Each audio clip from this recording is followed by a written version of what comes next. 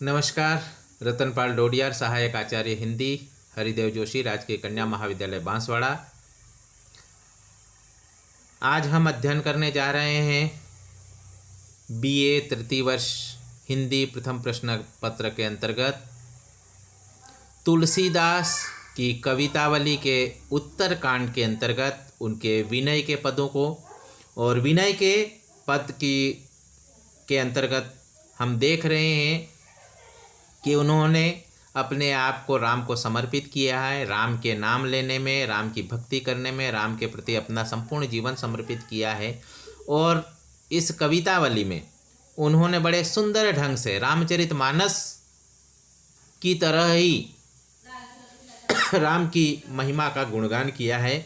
जैसा कि इस पद में भी उन्होंने राम की महिमा का वर्णन किया है। देखते हैं। कृश गात ललात जो रोटिन को घर पात, घरे खुरपा खरिया, तिन सोने के मेरू से ढेर लहे, मनु तो न भरो घरों पे भरिया। तुलसी दुख दूनु दशा दुह देखी, कियो मुख दारिद को करिया, तजी आस भो दासु रघुपति को, दशरथ को दानी दया दरिया। यहाँ पर तुलसीदास जी कह रहे हैं उदाहरण देते हुए कि कृश गात यानी दुबला पतला शरीर जिसका हो, ललाट जो रोटिन को लाले पड़ते हैं और रोटी के लिए, यानी जिसका पेट नहीं भरता और पेट नहीं भरने की वजह से उसका शरीर दुबला पतला हो गया हो, ऐसे व्यक्ति को भी, अर्थात दुबले पतले शरीर वाले जिसका पेट कभी भरा नहीं रोटी से, भोजन से, ऐसे व्यक्ति जिसके घर पात घरे खुरपा खरिया, जिसके घर के अंदर घर की सामग्री के रूप में, उसकी धन दौलत के रूप में केवल खुरपा जो घास को काटने या कुरेदने का काम करता है, और खरिया यानी उसको बांधने के दो साधन हो, घास बांधने की रस्सी जिसको हम कहते हैं, वो उसके सिवा उसके घर में और कुछ नहीं हो। अगर ऐसे लोगों को भी, उन लोगों को भी सोने के मेरू से ढेर लहें, सोने के पर्वत के ढेर लगा दिए जाए, यानी सोने के पहाड़ बना दिए जाएं, मनु तो न भरो घर पे भरिया, अर्थात उसका घर भले ही धन दौलत से भर जाएगा लेकिन उसका मन नहीं भरेगा। तुलसीदास जी यहाँ कह रहे हैं कि दुख दूनु दशा दुह देखी, मैंने दोनों ही परिस्थितियों में दुख को देखा है। अर्थात धन दौलत वाले व्यक्ति के घर में भी दुख ही दुख है और गरीबी व्यक्ति के घर में भी दुखों का पहाड़ है। अर्थात दोनों ही अवस्थाओं में दुख हैं, क्योंकि वह राम की भक्ति नहीं करते हैं, वह ईश्वर के प्रति अपना संतोष व्यक्त नहीं करते हैं। कियो मुख दारिद को करिया, अर्थात यहाँ तुलसीदास जी कह रहे हैं कि मैं दरिद्र हूँ और मैं दुखी हूँ, उतना ही एक धनवान व्यक्ति भी दुखी है, इसलिए मैंने दरिद्रता का मुख काला कर दिया, अर्थात दरिद्रता को पीछे छोड़ दिया, नज़रअंदाज कर दिया मैंने। ताजी आस भो दासु रघुपति को, मैंने त्याग कर दिया सब तरह की इच्छाओं का, और सारी इच्छाओं का त्याग करके मैं दास बन गया हूँ, सेवक बन गया हूँ, भक्त बन गया हूँ रघुपति को, अर्थात राम का मैं दास बन गया हूँ, तुम्हारी भक्ति कर रहा हूँ हे राम। दशरथ को दानी दया दरिया, इसलिए यह जान करके कि हे दशरथ के पुत्र, हे राम, आप बड़े दानी हैं, आप दया के सागर हैं, इसलिए हे दया के सागर मुझ पे दया करो और मुझ पे दया करके मेरा उद्धार करो, क्योंकि मुझे किसी तरह की धन दौलत की ज़रूरत नहीं है, मैं तो तुम्हारा सेवक हूँ और सेवक के ऊपर आप दया करते हैं, आप दया सा करें, मुझ पे दया कीजिए और मेरे को मेरा विश्वास करके और मुझे अपना भक्त बना करके मेरा उद्धार कीजिए। यही यहाँ पर अपनी बात को तुलसीदास जी कहते हैं। अनुप्रास अलंकार और कवित छंद में इस पद की रचना की गई है। इसमें प्रसाद गुण है और राम की महिमा के साथ ब्रज भाषा में बड़े सुंदर ढंग से इस पद की रचना की गई है। इसी क्रम में हम आगे और चलते हैं। अगला जो पद है वह है किसबी किसान कुल बनीक भिखारी भाट चाकर चपल नट चोर चार चेटकी पेट को पड़त गुण गढ़त चढ़त गिरी अटत गहन गन अहन अखेट की ऊंचे नीचे करम धर्म अधर्म करी पेट ही को पचत बेचत बेटा बेट की तुलसी बुझाई एक राम घन श्याम ही ते आगी बढ़ वागी बड़ी है आगी पेट की। यहाँ पर तुलसीदास जी ने देखिए इस संसार की वास्तविकता का वर्णन किया है। वो यह बताना चाह रहे हैं कि कोई भी हो, इस संसार का कोई भी प्राणी हो,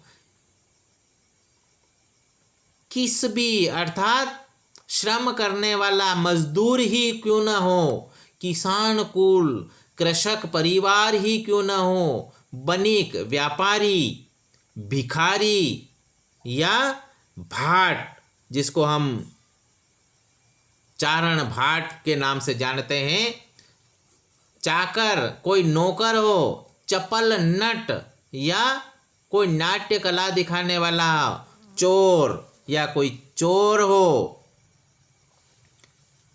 या चार कोई दूत हो, चेटकी कोई बाजीगर हो, पेट को पड़त हम जो पढ़ाई भी करते हैं, अर्थात उनके कहने का मतलब ये है कि यहाँ पर मजदूर जो मजदूरी करता है वो भी अपने पेट के खातिर ही करता है, पेट को भरने के लिए करता है। किसान भी कृषि जो है पेट को भरने के लिए करता है। व्यापारी व्यापार भी अपने पेट के खातिर करता है। भिखारी भीख भी अपने पेट भरने के लिए मांगता है। चाहे चारण भाट किसी का गुणगान करते हैं या कह लीजिए पहलवान पहलवानी करते हैं तो वो भी अपने पेट के खातिर करते। चाहकर कोई किसी का नौकर बन के जीता है तो वो भी अपने पेट भरने के लिए ही करता। चपल नट और नट जो होते हैं, नाटककार होते हैं, वो नाट्य कला भी अपने पेट भरने के लिए ही दिखाते। चोर और चोर जो है वह चोरी भी करता है तो वह सिर्फ अपने पेट के लिए करते।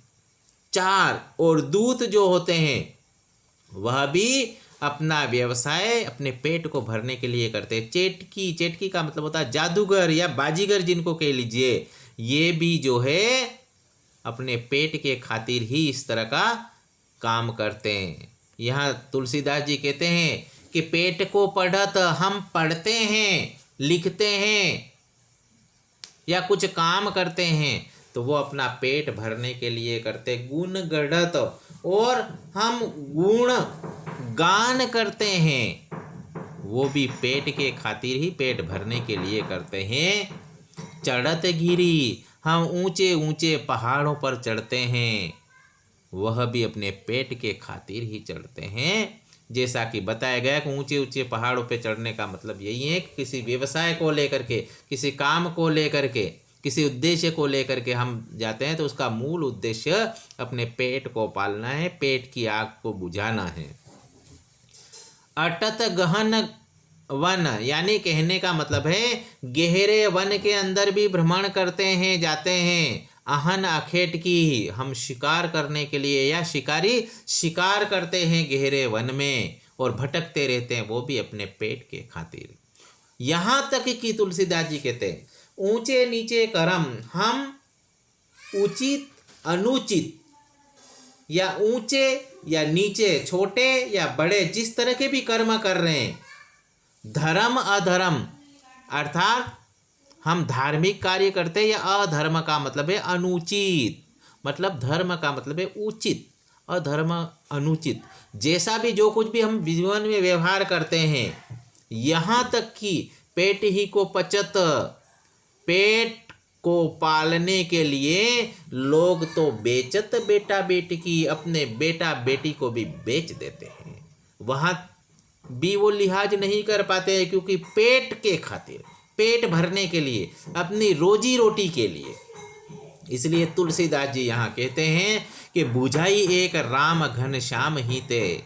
लेकिन इस पेट की आग को कैसे बुझाया जाए? बुझाई एक राम घनश्याम ही ते, अर्थात जिस तरह से किसी आग को बुझाने के लिए बादलों से वर्षा हो जाए और आग बुझ जाए, इसी तरह तुलसीदास जी कह रहे हैं कि राम रूपी घनश्याम यानी राम रूपी बादल ही से आगी बढ़वागी ते, बड़ी है आगी पेट की, यानी बढ़वागी समुद्र के अंदर लगने वाली आग जो संसार की सबसे बड़ी आग मानी जाती है। अगर पानी में ही आग लग जाए तो फिर दूसरी जगह क्या कहा जाए? तो पानी की आग को सबसे बड़ी आग माना जाता है, जिसको बुझाना संभव नहीं होता है। तो सबसे बड़ी आग बढ़वाग्नि, जिसको समुद्र में लगने वाली आग को कहा जाता है।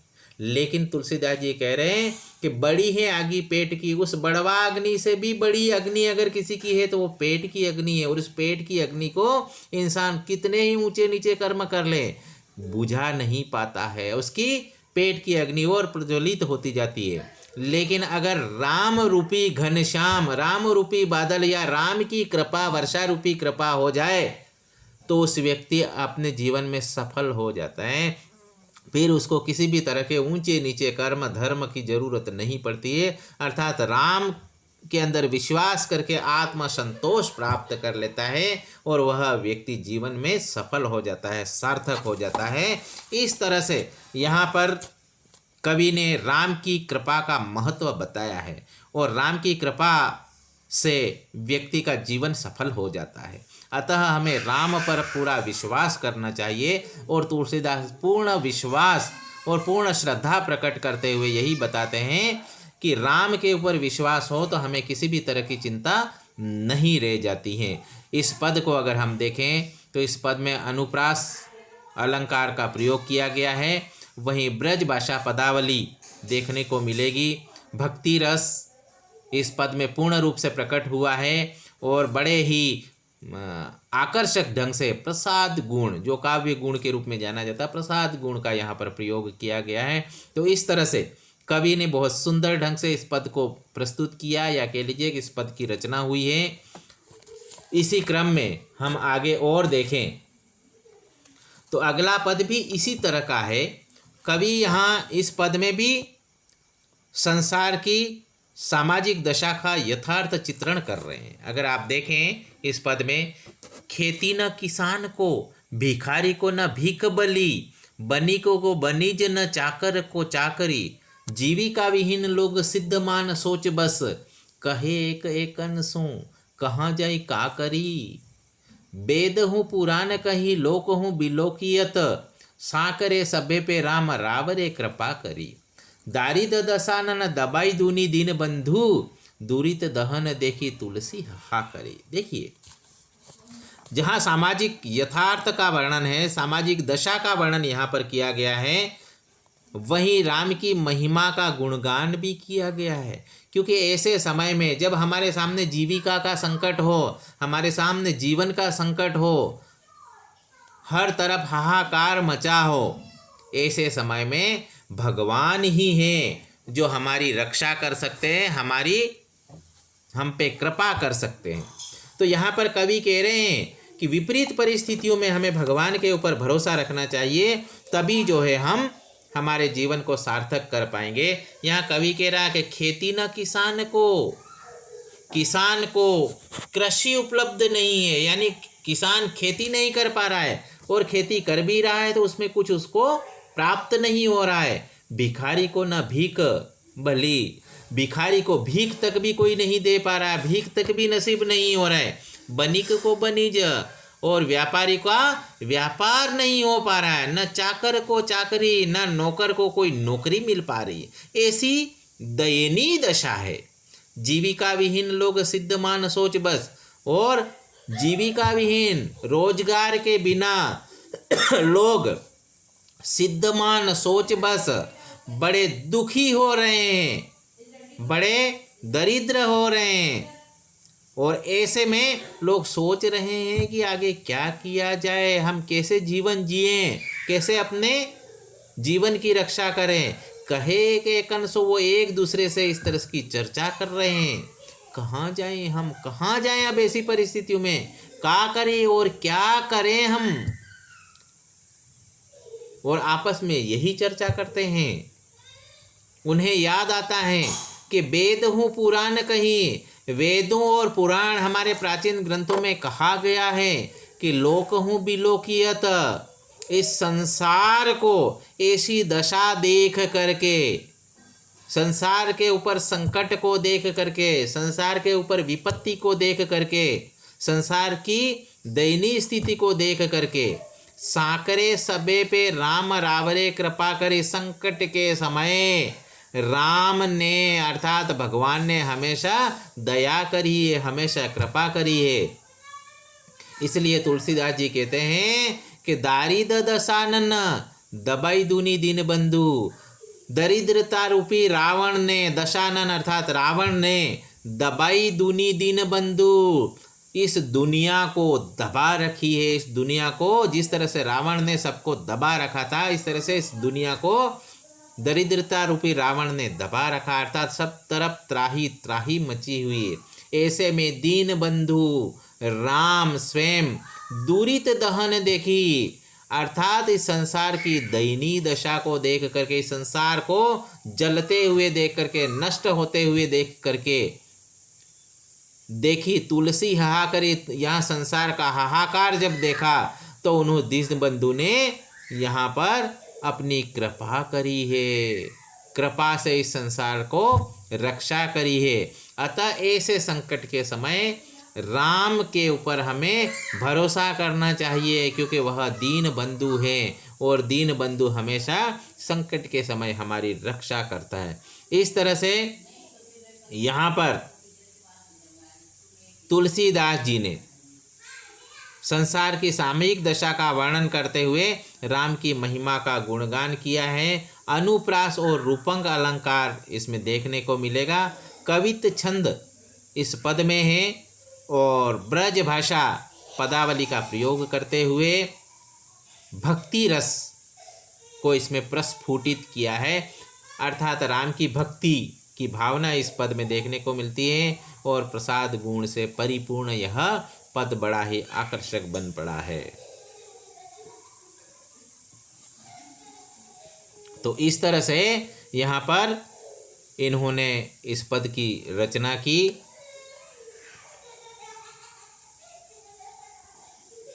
आगे हम ये हमारे जो पद हैं वह यहीं पूर्ण होता है और इसी के साथ हमारा ये अध्याय यहीं अध्ययन अध्यापन यहीं समाप्त होता है। आप सबका बहुत बहुत धन्यवाद।